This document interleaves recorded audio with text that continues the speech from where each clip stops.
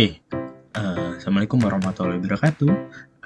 Di sini saya akan memaparkan terkait simulasi proses manufaktur komputer menggunakan software ProModel. Nah, di sini saya memiliki tim yang dimana tim saya terdiri dari Chairuddin Purnama dan saya sendiri Muhammad Akmal Maulana dan Ahmad Arifin.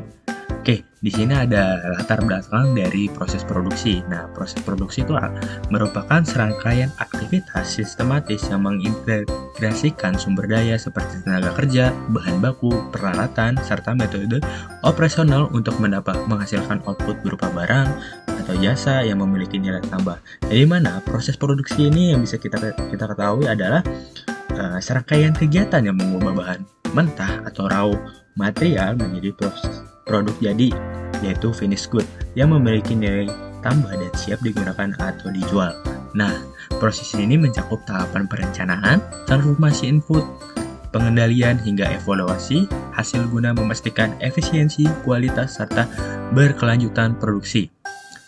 Nah, di sini kita memiliki tugas besar yang dimana tugas ini sangat menarik, yaitu berkaitan dengan output produksi dengan cara simulasi sistem.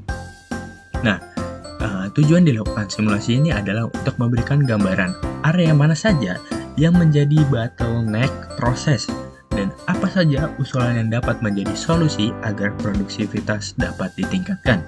Nah, penyelesaian ini kita akan menggunakan software yang dimana software tersebut yang dinamakan ProModel. Oke, di sini kita memiliki rumusan masalah. Nah, rumusan masalah ini di sini sangat menarik ya, bagaimana cara meminimasi bottleneck produksi sehingga dapat meningkatkan produktivitas menggunakan model simulasi dengan software ProModel.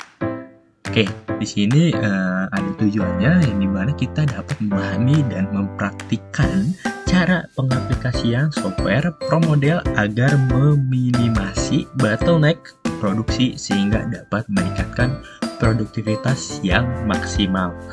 Jadi kita akan memahami ya bagaimana software ini akan membantu kita untuk memaksimalkan proses produksi. Oke, di sini teman-teman udah pada tahu belum apa itu sistem, simulasi, dan model. Nah, di sini saya akan menjelaskan di mana sistem adalah kumpulan elemen berupa data, prosedur, manusia, teknologi yang bisa disebut dengan perangkat keras dan perangkat lunak yang saling berhubungan dan bekerja sebagai satu kesatuan untuk mencapai tujuan tertentu. Nah, apa sih itu juga simulasi? Simulasi adalah metode komprehensif untuk membangun model komputer dari sistem kompleks dan mensimulasikan bagaimana sistem tersebut berperilaku dan berevolusi guna memprediksi hasil atau mengevaluasi keputusan. Nah, di sini juga ada model. Nah, model sistem adalah representasi sederhana dari sistem yang ada atau yang akan dibangun yang membantu dalam memahami, mengkomunikasikan, dan menganalisis perilaku sistem. Nah, di sini ada tipe simulasi yang dimana ada yang pertama yaitu discrete event dan continuous simulation yang dimana mengamati perubahan sistem berdasarkan event versus perubahan berkelanjutan. Yang kedua di sini ada deterministic dan stochastic di mana ada tindakan atau tindakannya variabel atau acak. Yang ketiga ada Monte Carlo yang dimana Monte Carlo ini menggunakan pengolahan sampling acak untuk analisis risiko dan ketidakpastian. Yang keempat ada sistem dinamis. Nah, sistem dinamis ini yaitu memodelkan hubungan kausal dan feedback pada sistem kompleks. Yang kelima ada agent-based simulation. Nah, agent-based simulation ini adalah simulasi berbasis agen otonom dengan interaksi independen. Nah, teori produktivitas ini merupakan perbandingan antara output yang dihasilkan terhadap input yang digunakan. Semakin tinggi output dengan input yang sama, semakin tinggi produktivitas. Nah, di sini juga ada mode simulasinya ya, yang dimana mode simulasi ini adalah yang akan dibuat sistem yang kompleks, yaitu terdiri dari beberapa proses, yang dimana proses pengiriman komponen yang lalu akan dikirim ke area raw material, lalu dikirim ke proses produksi untuk dibuat menjadi produk finish good, lalu akan dialirkan selanjutnya ke quality control yang dimana akan memastikan kualitasnya apakah sesuai standar apakah tidak, lalu pada proses akhir yaitu pengiriman delivery ke customer. Nah, di sini ada data yang dimana data ini adalah yang akan kita pakai untuk simulasi pada software ProModel. Kali ini kita sudah memasuki aplikasi ProModel, di mana saya di sini sudah memiliki suatu sistem produksinya. Mungkin kita akan melihat sistem tersebut. Oke, di sini saya akan memasukin filenya.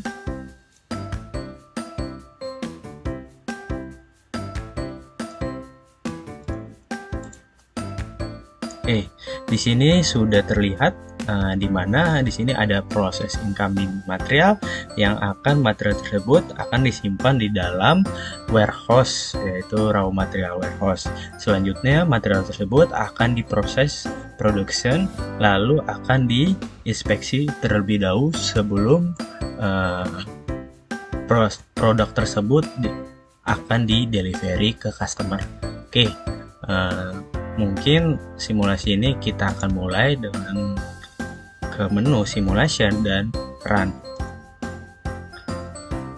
Nah, untuk simulasi ini saya membuat waktu bekerja yaitu 10 jam. Oke, mari kita tunggu. Apakah berjalan dengan sesuai dengan maksimal apa tidak?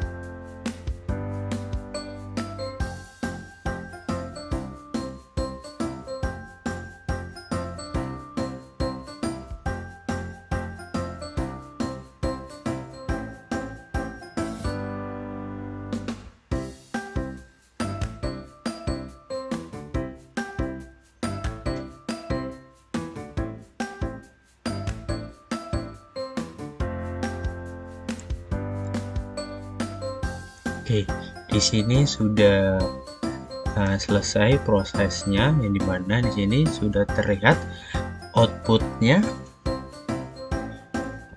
Nah, di sini untuk outputnya di total exits itu kita mendapatkan 283 dan average time in system mendapatkan 227 dan average time in operation yang mendapatkan 131.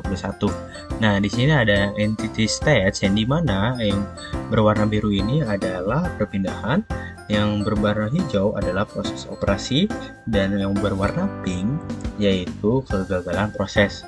Oke, mungkin bisa kita lihat di sini ada di multi capacity location stage yang dimana MT ini adalah tidak ada aktivitas produksi.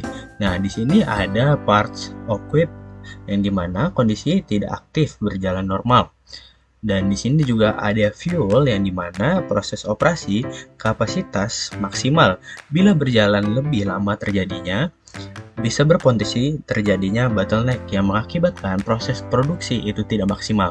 Nah, mungkin di sini kita bisa memaksimalkan proses produksi ini agar lebih maksimal. Oke, mari kita ubah beberapa simulasi ini.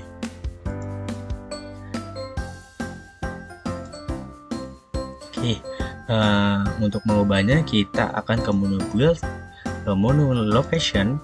Nah, di sini saya akan merubah beberapa data yaitu di capnya, yaitu sini akan saya ubah terlebih dahulu.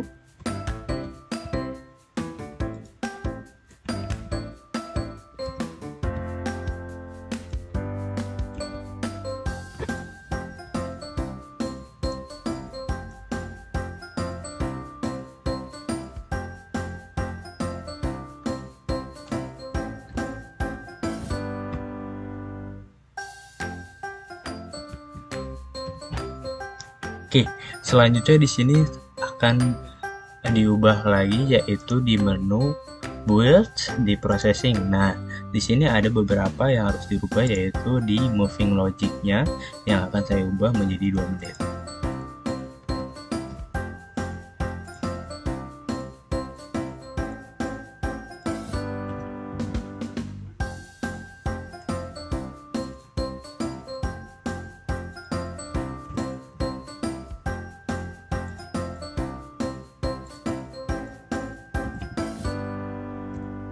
Oke, sudah ada beberapa data yang harus kita ubah.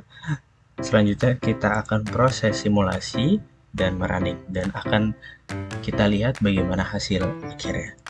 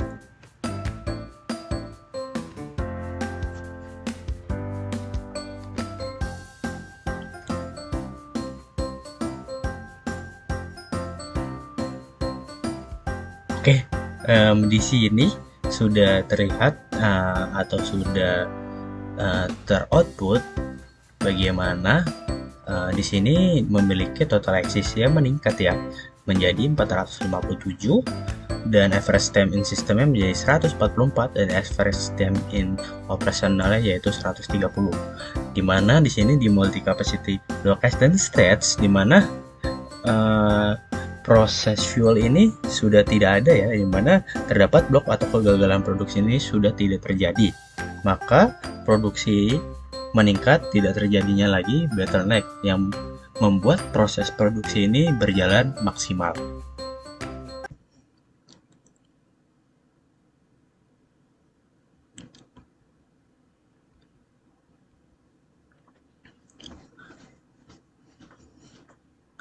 Oke, Di sini kita dapat simpulkan bagaimana simulasi pro model pada proses manufaktur, pembuatan komputer terbukti efektif dalam memodelkan alur produksi mulai dari perakitan komponen, pengujian perangkat hingga proses pengepakan.